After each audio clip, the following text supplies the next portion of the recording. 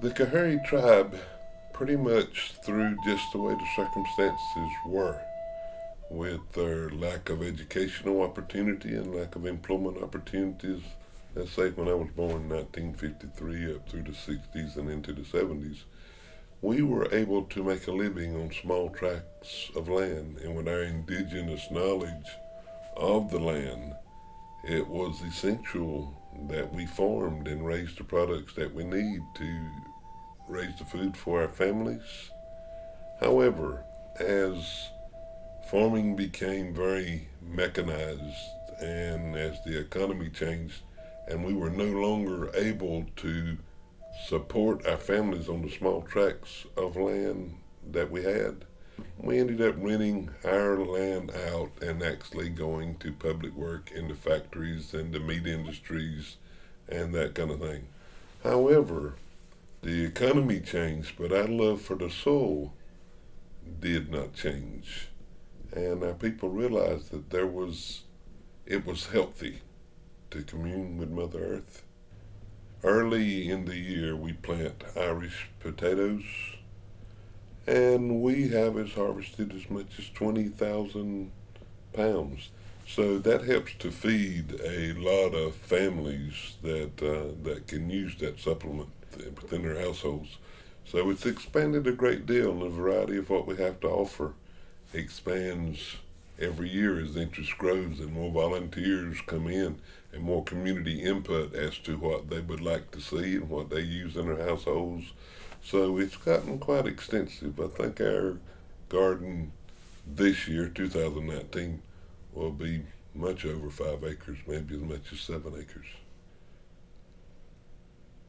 The community gardens is an extension of what we did years ago, generations before me, and that we use the gardens to meet, to collect food, to grow and collect food for our families. And today, the community gardens is doing exactly that. It's bringing together young and old, tribal members, community members, even members from outside our community to take part in planting and harvesting crops in the garden that's grown here on tribal properties. There is a saying around here that especially our master gardener refers to a lot of times, and it's love thy neighbor.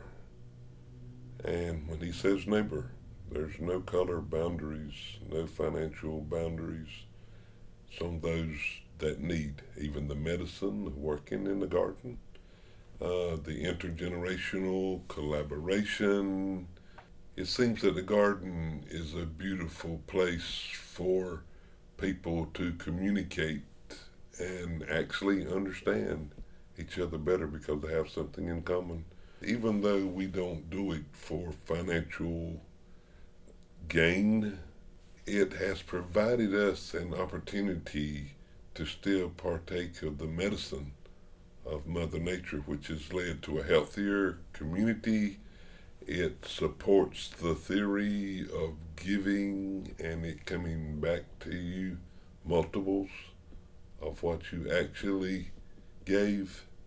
It provides us a setting for the common sense teachings that Mother Nature will give you for our younger generation that haven't had that opportunity to commune with the soil.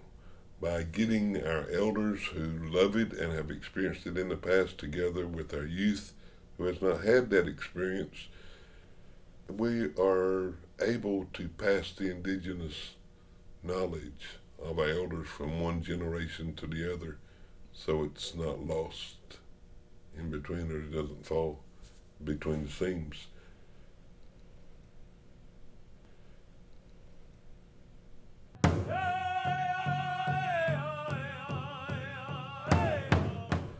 I have learned that there's certain words and certain activities of the past that seems to strike a passion.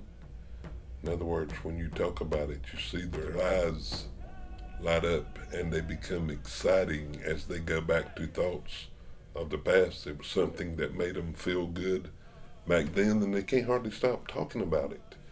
So I realized that probably that magic of the past would serve the same purpose today. And sorghum is one of those agricultural products that even I was born in 1953. I did not have the opportunity at the sorghum harvest, but I heard my parents talking about them producing sweets for the winter. And they would tell me of how each family would grow their sorghum harvest, and they would cut it in the fall of the year, and that there was a sorghum cooker as if it was a highly valued craft. And he would bring a mobile mill and set it up in the community. All of the families would come together and harvest the sorghum, and then this master cooker would help them cook it.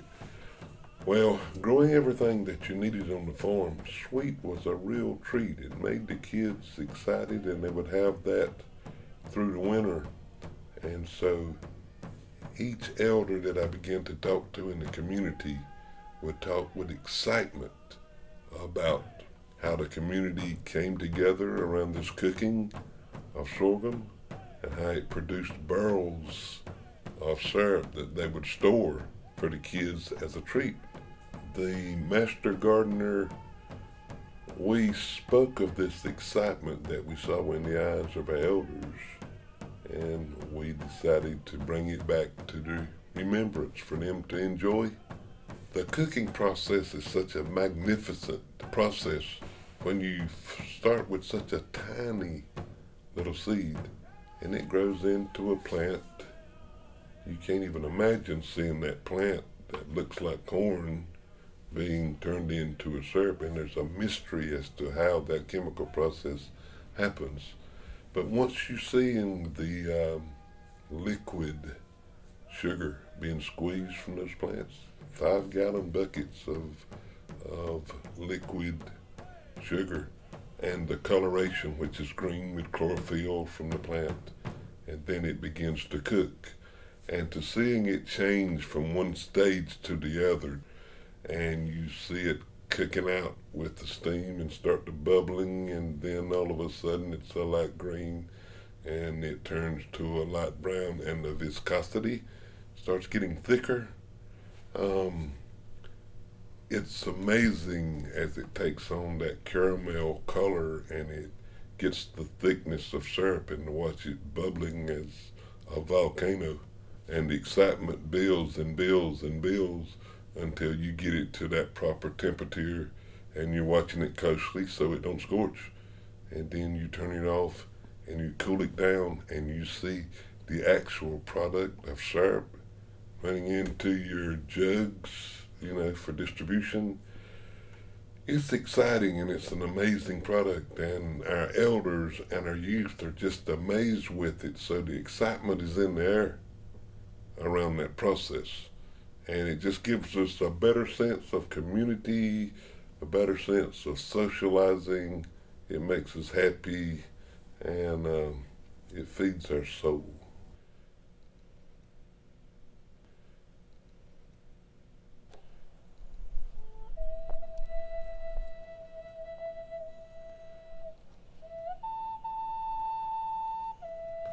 I remember being excited walking down the trails to the river. We weren't able to have a boat back then. You didn't need a boat. You could walk down to paths that was cleared out by your ancestors to the river banks, and you could sit on the river banks and fish. However, over the years, those trails weren't there anymore. They were flooded. So you couldn't actually get to the river through those trails. So access to the river had become virtually impossible unless you navigated from the bridges, the highways. And then to try to navigate, there was trees all crisscrossed down in the water, so you couldn't do it that way. So the river wasn't very much usable anymore to just average society. There were three things that the community relied on. One was the school, one was the church, and the other was the river. That's where people would meet. That's where people would join. That's where people would, socialize. So, the Coharie people, that's where we got our name from, the Coharie River. That's where we derived the name of our folks from, and that was the cornerstone. The river just became a place where our people couldn't go down and fish anymore. Our people couldn't go and recreate like they did. They could. There was no educational value to it of teaching our young, values of the outdoors and environmental issues. So we wanted to change that, and the Great Coharie River Initiative began that process in creating a navigable corridor. So we enlisted the skills of some of our young tribal members, and in 2015 we just started cleaning the river out. We gained permission from the state to go in the river and clean out a corridor. As Philip and I talked, he looked at me and he's got 2 grandchildren. He says, he said, I wish we could do something about that river. He says, I would like for my grandchildren to be afforded the same quality of life that me and you had.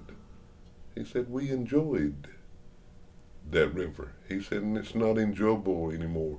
They can't get to it. They do not know the excitement that me and you had down on that river. After thinking about it and probably not even believing what I was telling him, I says, well, I guess we'll have to clean it out. Well, how do you clean out a huge river? We had no money. We had no equipment. So we took some of the youth in the community, or they volunteered, and we went down on Saturdays with borrowed equipment and volunteers. And we started taking debris out of the river, one tree at a time. One thing that is important about our tribe is our spirituality, and that's believing in a power greater than our own. And I do remember saying to Philip, this is a mighty big task we're taking on here. Says, but I believe if we'll just stick our head down and do what we can, that God will send what we need to help us in what we've decided to do. And to make a long story short, that is exactly what has happened. It's happening today as hundreds of people are now paddling on the Coharie River and fishing in the Coharie River and hunting on the Coharie River. Economic opportunity has been brought to the entire county through tourism as folks come to kayak and hike up and down the Coharie River. We help the river by helping cleaning the debris out of the river and unstopping its veins so it could flow again. And it helped us by exciting our souls and give us a sense of belonging. It also said to us, to the tribe here, I was always there for you during segregation. When you were accepted in places, I offered you a place of refuge. I offered you a place of recreation. I offered you a place of excitement.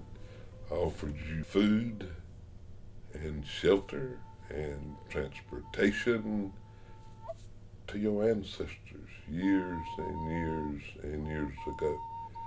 When you came to me, you were running from oppression and conflict, and you were looking a place just to raise your family to keep them from being annihilated. I was here.